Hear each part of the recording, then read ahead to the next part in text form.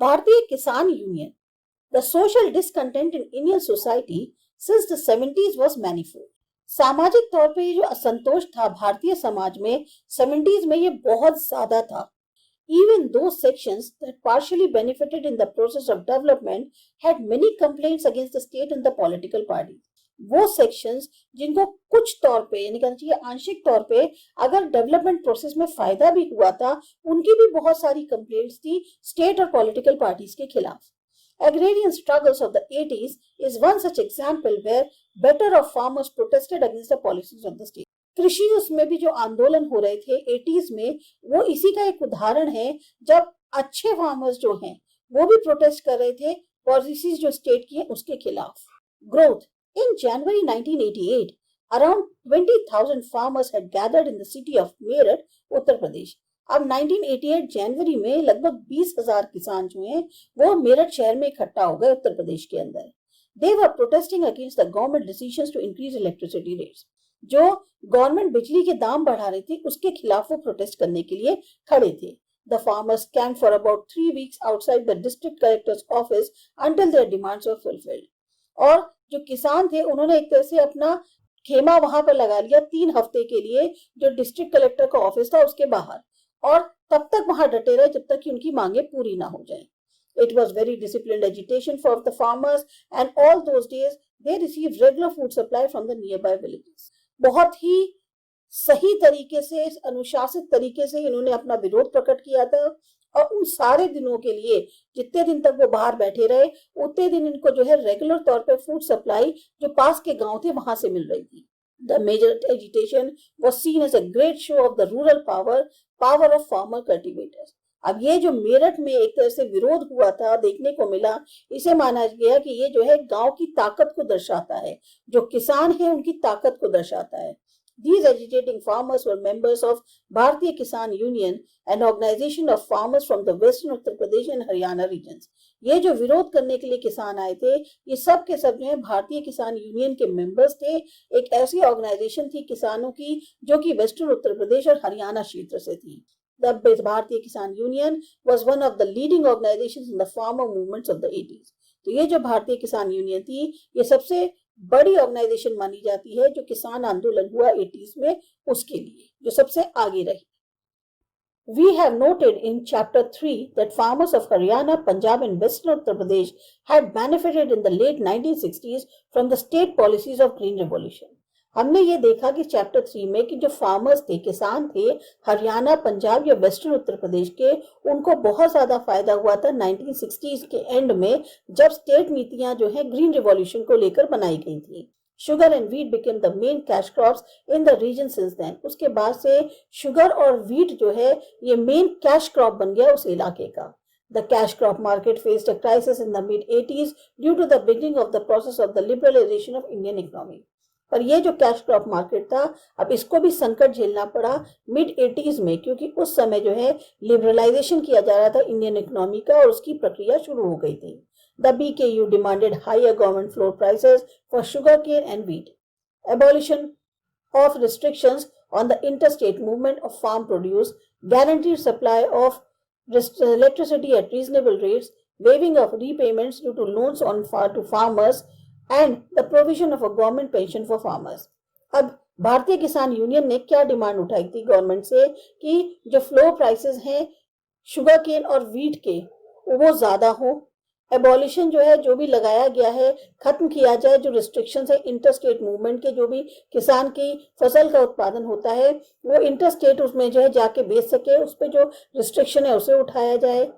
पूरी तरह से रीजनेबल रेट्स पर जो है इलेक्ट्रिसिटी सप्लाई गारंटी करी जाए, जो रीपेमेंट करना है लोन का फार्मर्स को वो माफ कर दिया जाए, और जो प्रावधान है गवर्नमेंट पेंशन का वो भी किसानों को दिया जाए.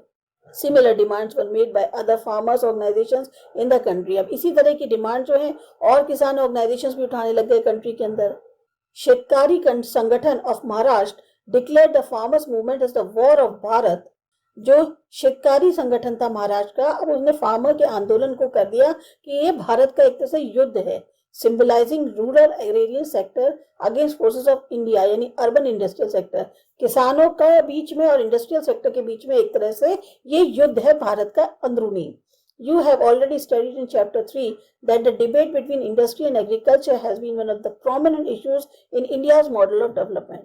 आपने चैप्टर 3 में ये भी पढ़ चुके हो कि एक तरह से बहस सी छिड़ी हुई है इंडस्ट्री और एग्रीकल्चर के बीच में, और ये काफी बड़ा मुद्दा है इंडिया के जो डेवलपमेंट मॉडल है उसके अंदर।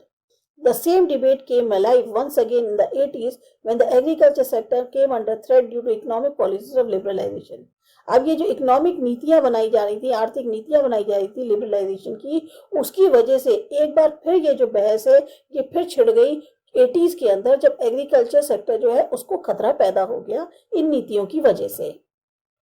Characteristics: activities conducted by the Bharatiya Kisan Union to pressurize the state for accepting its demand includes rallies, demonstrations, sit-ins and jail भरो agitations. अब जो गतिविधियां भारतीय किसान यूनियन द्वारा करी गई ताकि गवर्नमेंट पर दबाव डाला जा सके, स्टेट पर दबाव डाला जा सके, उनकी डिमांड्स को पूरा किया जाए, उसमें उन्होंने रैलीज भी करी, प्रदर्शन भी किए, बैठ भी गए ये लोग, जेल भरो आंदोलन भी इन्होंने एक तरह से शुरू कर दिया।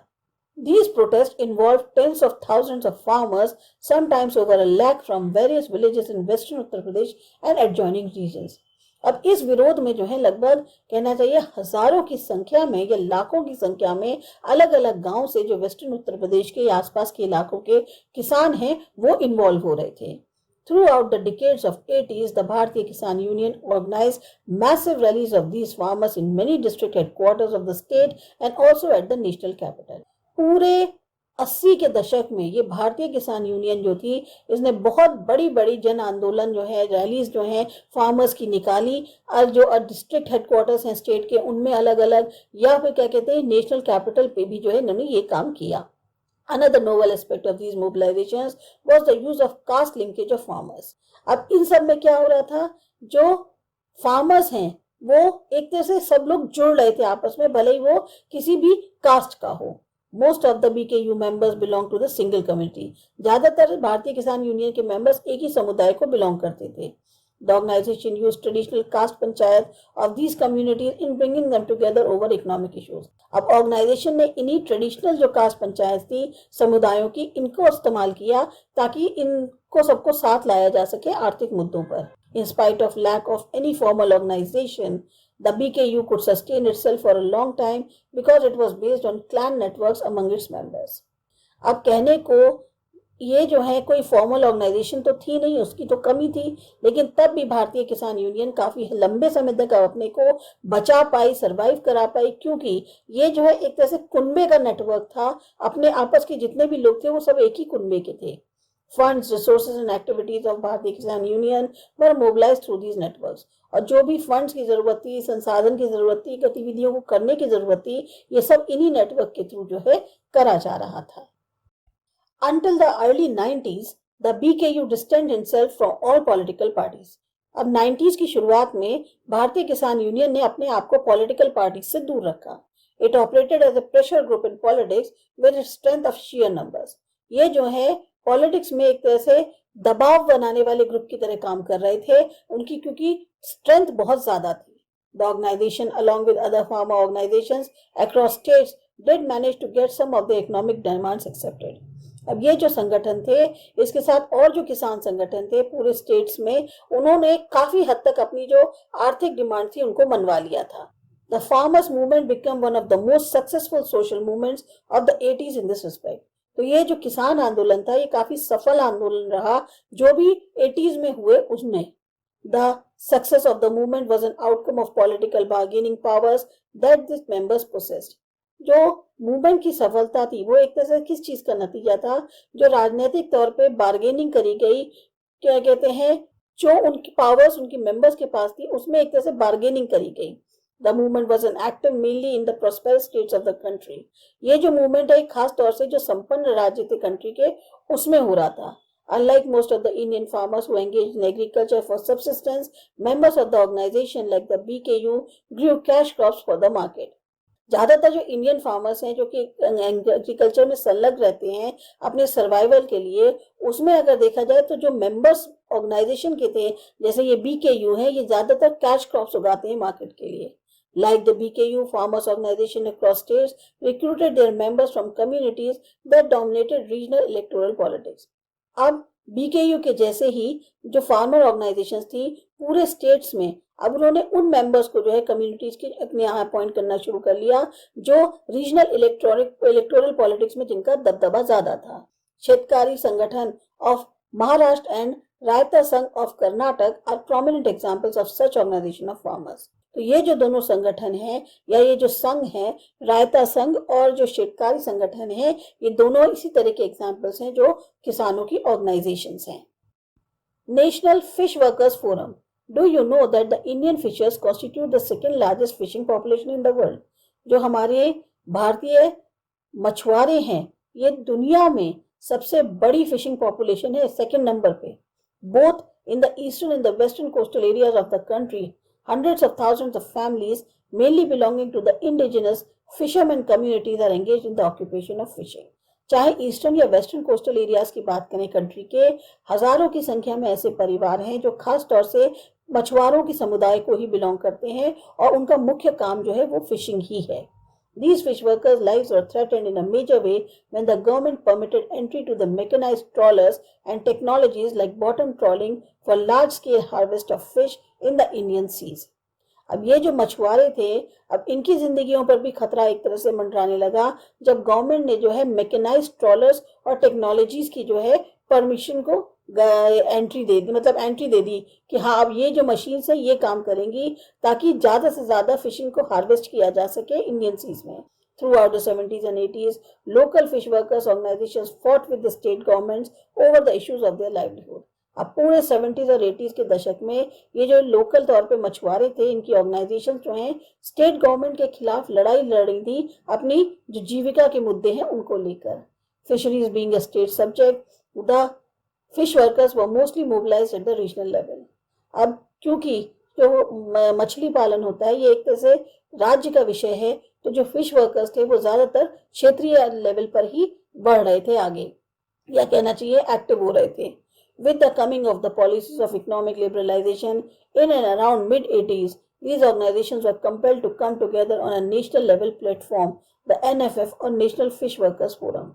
अब जैसे जैसे आर्थिक लिबरलाइजेशन की नीतियां आ रही थी मिड 80s में, तो इन ऑर्गेनाइजेशंस को मजबूर होकर साथ आना पड़ा एक नेशनल लेवल प्लेटफॉर्म पर, जिसको कहते हैं नेशनल फिश वर्कर्स फोरम बनाई गई।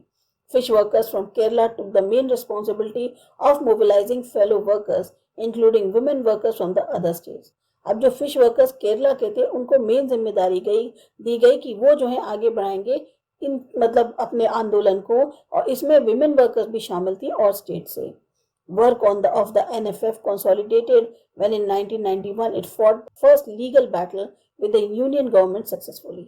जो NFF थी यानी नेशनल फिश वर्कर्स फोरम जो है ये तब ज्यादा और संगठित हुई जब 1991 में पहला लीगल बैटल जो है यूनियन गवर्नमेंट के साथ इन्होंने सक्सेसफुली लड़ा।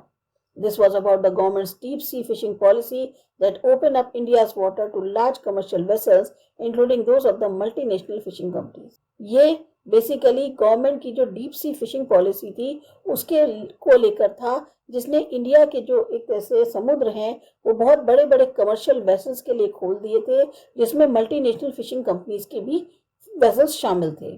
Throughout the 90s, the NFF fought various legal and public battles with the government. तो पूरे 90s में जो नेशनल फिश वर्कर्स फोरम है उसने काफी लीगल और पब्लिक बैटल्स किए गवर्नमेंट के साथ। It worked to protect the interest of those who rely on fishing for subsistence rather than those who invest in the sector for profit. अब ये जो है बेसिकली किस लिए काम कर रहा था, ताकि जो लोग अपना जीवन निर्वाह सिर्फ फिशिंग के बेसिस पे कर रहे हैं उनके हितों की रक्षा करी जाए, बजाय उन लोगों के लिए जो इस सेक्टर में इन्वेस्टमेंट कर रहे हैं अपने फायदे के लिए। In July 2002, NFF called for a nationwide strike to oppose the move of the government to issue such licenses to foreign trawlers. अब 2002 जुलाई में NFF ने एक नेशन वाइड स्ट्राइक करी ताकि गवर्नमेंट के जो इस कदम का विरोध किया जा सके कि वो लाइसेंसेस जो है फॉरेन ट्रॉलर्स को दे रही हैं। The NFF joined hands with organizations all over the world for protecting ecology and for protecting lives of the fish workers. तो ये जो NFF थे, अब इन्होंने और उन संगठनों से हाथ मिला लिए जो पूरी दुनिया के संगठन थे, खासतौर से इकोलॉजी को बचाने के लिए और जो लाइफ है फिश वर्कर्स की उनको बचाने के लिए। इसके बाद हमारा जो अगला टॉपिक है वो है एंटी एरक मूवमेंट। ये करते हैं अगले वीडियो में।